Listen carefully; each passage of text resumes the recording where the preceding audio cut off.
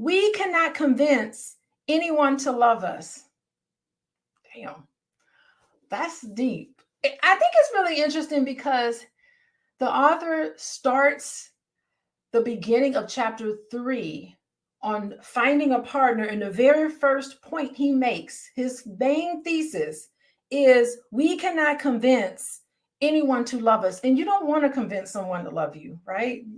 That's not the kind of relationship you want to be in, where you have to convince somebody to pay attention to you, to love you, to give you everything that you want in your life. You definitely don't want that. You don't want to convince anybody. And even if you try to, you can't do it anyway. So what this author is saying is that we can't convince anyone to love us. We can't force it, right? We can only open ourselves to love when it happens naturally. It has to happen naturally. We can't force it.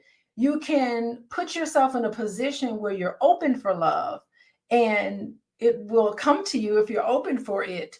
But you definitely don't want to force it, right? Our best path into such openness is to be as loving as we can be.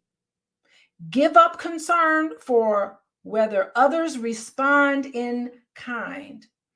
I like this because I've always talked about this, that if you want love in your life, you're going to have to be lovable, right? And I think that's what this author is saying. So the very first step in finding a partner is to become lovable. To find love in your life, you need to be lovable, right? So I like this because this is really coinciding with a lot of things that I talk about in some other videos that I've done. We love because we love, not to cajole anyone to love us back.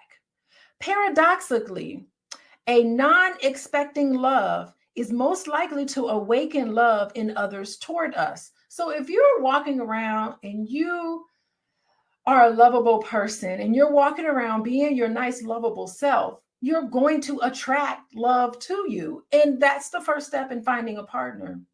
So it's really interesting. When I was young growing up, I would go to camp and I would be like, Mom, I don't know anybody in camp. How am I going to make friends?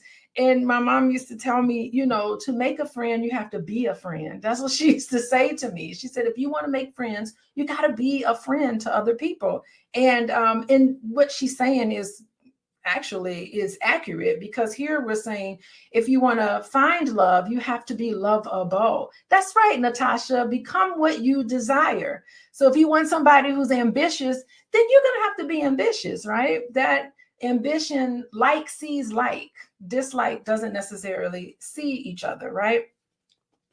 So in any case, what they say, when intimacy is real, our partner does not need to be talked